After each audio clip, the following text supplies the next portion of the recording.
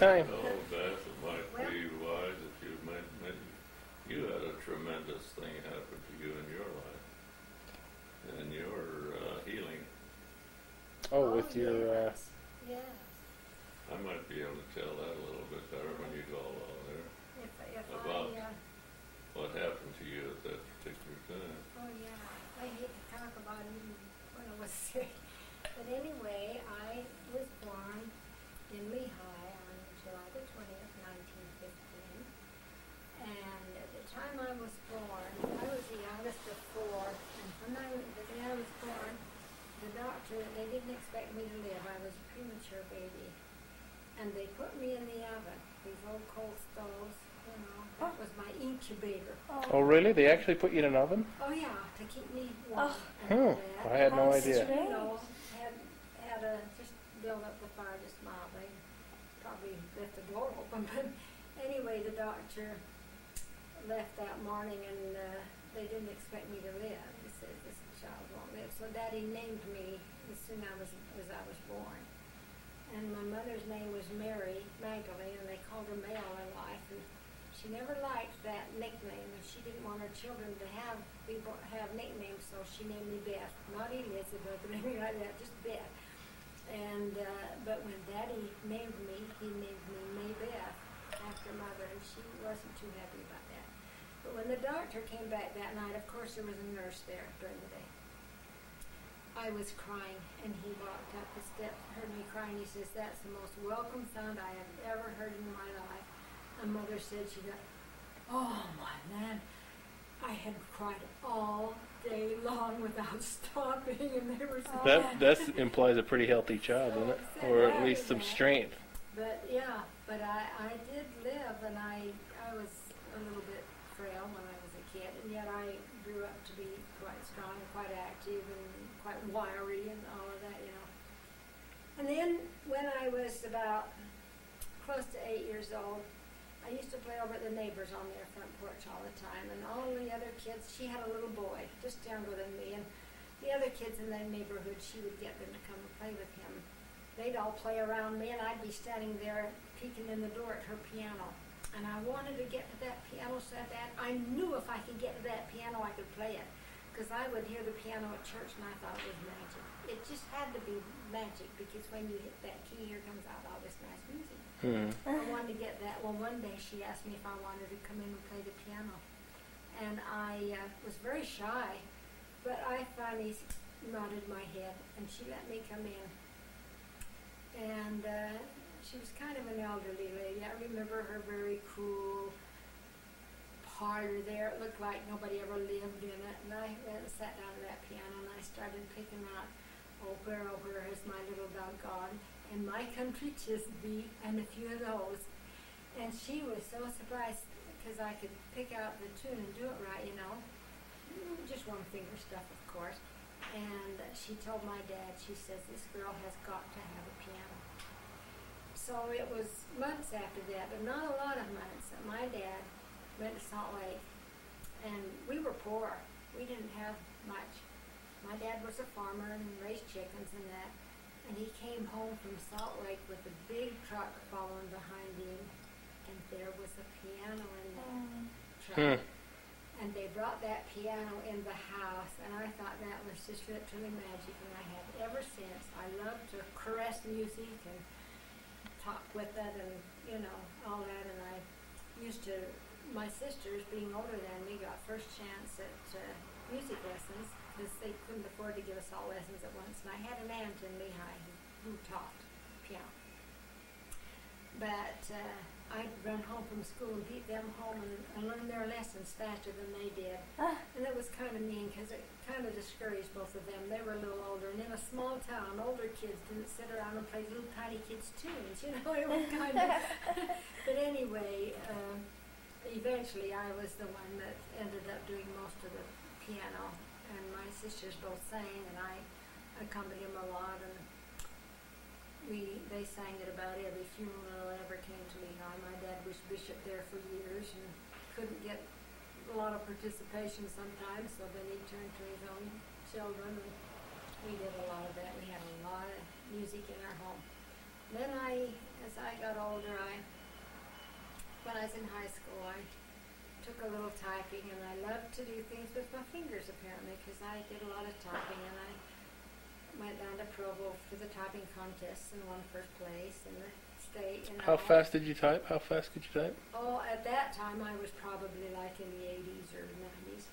Then I went to Henniger Business College, and I learned to type over 100, and for just 1 minute I could type like 130. Wow. For a 15-minute test, sometimes it'd be 108, 112 or something like that. That's amazing, and that's what Really the hard old work on those old World War Yeah. II typewriters, huh? yeah. And so then Henniger liked to make records. So they took several of us to the World's Fair in 1933. Where was that at? Where was the World's Fair held at? Chicago. Oh, in Chicago. And Okay. I went to the World's Chicago. Fair, and I to the International Typing Contest, and I won third place there. And while I was typing so hard and so fast that the screw fell out of my typewriter, and every time I tried to make a capital letter, I made a mistake. Oh, no. Because the screw would come out. So I had about 12 errors taken off, and they'd take 10 words off for every error. Oh. So, but I got third place there, and that was kind of... Third place in the World's Fair in Chicago. Wow, that's still. And what year was this? The International Typing Contest in 1933. So international in 1933, huh? That was kind of... There was people from all over the world then. all over anywhere that wanted to enter. Wow. Yeah, we had a great, huge auditorium with students sitting How close, fun. this close together, Oh, it was scary though. I was one of these that was too frightened to do my best always. I'm that way too. In the meantime, I was always doing a lot of piano. While I was living in Salt Lake, going to school, I got lonesome for music. And I was only home on weekends like that. So I was going to buy me an accordion or something. I didn't want a violin or anything like that had the hand up and accompaniment stuff on to play it. I wanted something that was complete in itself because I solo. wanted to do it my way. I always wanted to do it my way. And so I went to the music store around the corner from where I was working. I worked at Western Norman Building, they were called at that time. And I'd just gotten out of school. And I saw this marimba sitting in the window. I walked in there, and this man showed me this marimba, and I took a mallet and hit one note, and I was sold. I bought that marimba. How And I much did it rented a little cost? room up in the top of that music store, and I went up there every night and every lunch hour and practiced that marimba. How much did the marimba cost? $300 and something, I believe, at that time. That was a lot at that time. At that time, yeah. Wow. I was making Like about good money. $5,000 right now. That's like And, 300 is expensive right now. About 5,000, yeah. So 10 lessons came with the marimba. So Dr. Kessler that he played came up there and showed me how to hold the mallets and things like that, and played around on the marimba a little bit, and then he'd leave. And finally, I practically taught myself my own type of roll and everything like that. And I played that marimba around the valley, all around the valley, from Provo and other areas around for 25 years. Well, what does the And, marimba sound like? Oh, it's or pipey tones, because it has the pipes. And they're Oh, organly. They're okay. organy. They're not. They're not like a xylophone. not- but- They're lower than the xylophone. But and it looks richer. like a xylophone. Uh-huh. Oh, just larger. okay. Just like the It xylophone. has the but wooden larger. keys. Oh, okay, yeah. Yes. They said come from Mexico, I guess. I always That's thought the where you hear marimba them. was the drums. Oh, uh-huh. The No, there marimba, was the huh? 4 mallets, and I played a lot. And during that time, while I was young and shortly after I was married, and by the way, George had to help me with that marimba before he ever married me. He knew what he was getting into because we moved that thing around. And he married me anyway, me and my marimba. And for a while, I belonged to a marimba orchestra. Oh, Lowell okay. Hicks, who was Wow. one of the leading marimba players here in town, and the marimba was popular at that time. I mean, Mhm. now it's become the guitar and stuff like that. Yeah. But at that time, the marimba and You had about 20, xylophone, didn't you? xylophone and harp, what? You had about 20 marimbas, didn't you? Yeah, oh yes. And some of them were just half marimbas bass. You had 20 And of them? 4 of us. I was on first string. Lowell and his wife and Barbara Shirtliff and I played first string. And then he had other of his Wow. students and we had about 20 marimbas, and we traveled around a few places and gave concerts, and that was exciting. And then he went to California to school, and we moved away, so that was the end of that. And then life went on, and Did you ever play it down in California? Yes. Oh, yes. Oh, yeah. Okay, Yes, so I you did. continued on. And it was just like an extra child practically. But then I got a heart problem. My heart went out of beat, and I was out of breath, and that I couldn't function at all for years, a number of years. So I had to give up the marimba, and none of my children were super interested. Although Adria was quite a musician, she could play it, but she liked the guitar and stuff. So we sold the marimba because it was such a big thing to have. And I already had an organ and piano, and I played so much organ and piano and Warden stake things as well as the marimba that I wore myself out again. So I had to rest for a lot of years. And one night we went over to our patriarch's home.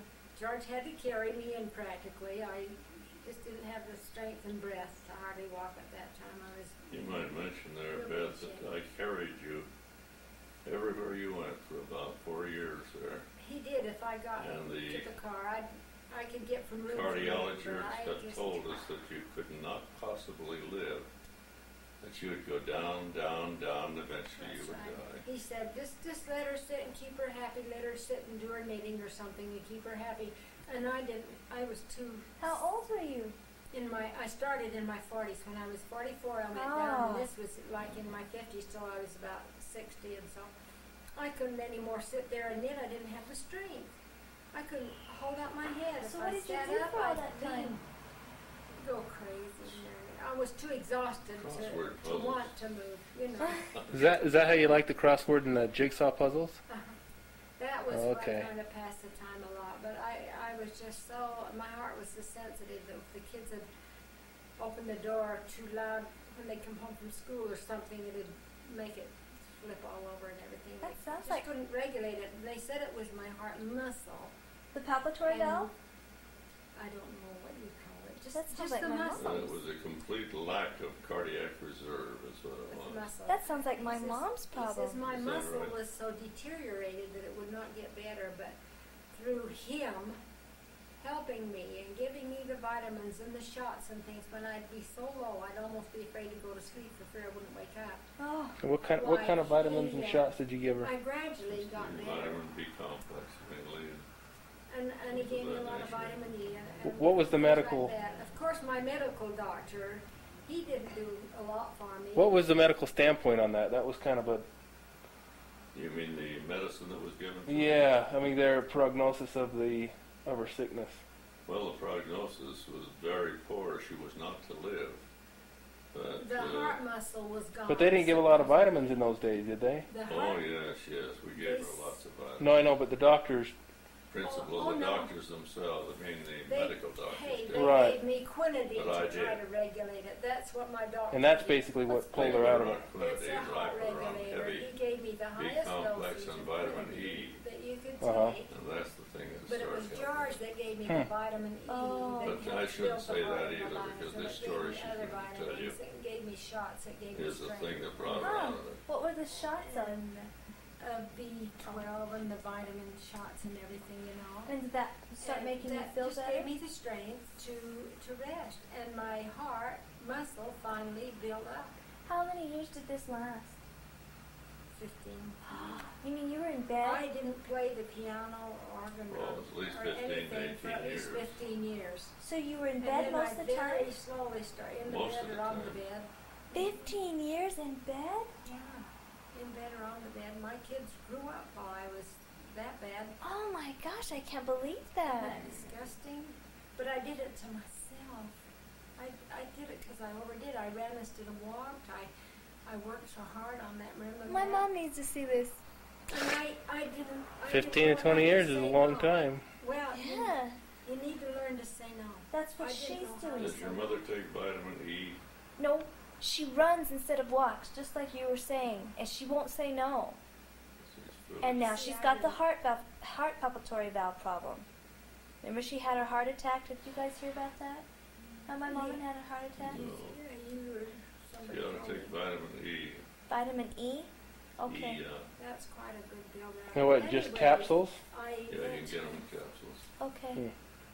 but I went, the one last thing I want to mention though, we went and took Adria for her patriarchal blessing to our patriarch.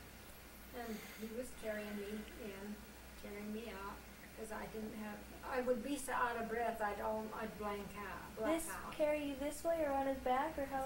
Just pick me up like Just that and figure carry out. me. I only She was weighed only about down to 80 85 pounds. 85 pounds at that time, so he could carry me, but maybe that's what made his heart bad That's now. probably why I'm worn out. But my heart muscle did build back up, and we did it.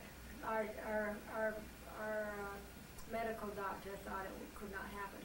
But anyway, that night he gave Adria her patriarchal blessing, and as we were leaving and got to the door, he says, "Beth, come back here. I've got a blessing for you." And so he sat me down and he gave me a blessing, and he blessed me that I would again be able to do those things which I love to do, which is the music. And he said, "It will take a long time. It took a long time to get you down this low. It's going to take a long time, but I bless you that will happen, and you will again do that." And I wondered if he was talking about me in the next life by that time. But anyway, I very slowly from that moment on got better. And I couldn't have got better without some blessings, like all of us get sometimes. That's all there is to it. I didn't know that. I didn't either. Oh. That's the first time I've ever heard that story. That's Is that right? Yeah. I want my mom to hear this. You kids were too little at that time. But see, when I was about 65, I was starting, again, they were asking me to play for Relief Society and things like that, and I gradually got solid. From then on, I played for choir Yeah. and stuff like She that. plays all for my almost life. everybody that And, sings over here. I still or plays. Oh, yeah. I mean, just about that goes on, but it's still my love, and my greatest love is playing in the temple. I play those beautiful sacred songs there in the temple, and people come and request what they'd like to hear, what will help them. Sometimes certain people will walk in and I'll know, hey, he wants, because I Oh, yeah. haven't given much or something like that. So I work it in, and there's some that come regularly, on the same sessions, and quite a few of them. I know what their favorites are and what they need and what builds them, and I'm able to help that way a little bit, with the That's neat, Grandma. sacredness of the music, and that's my beautiful time. That's it. And my husband,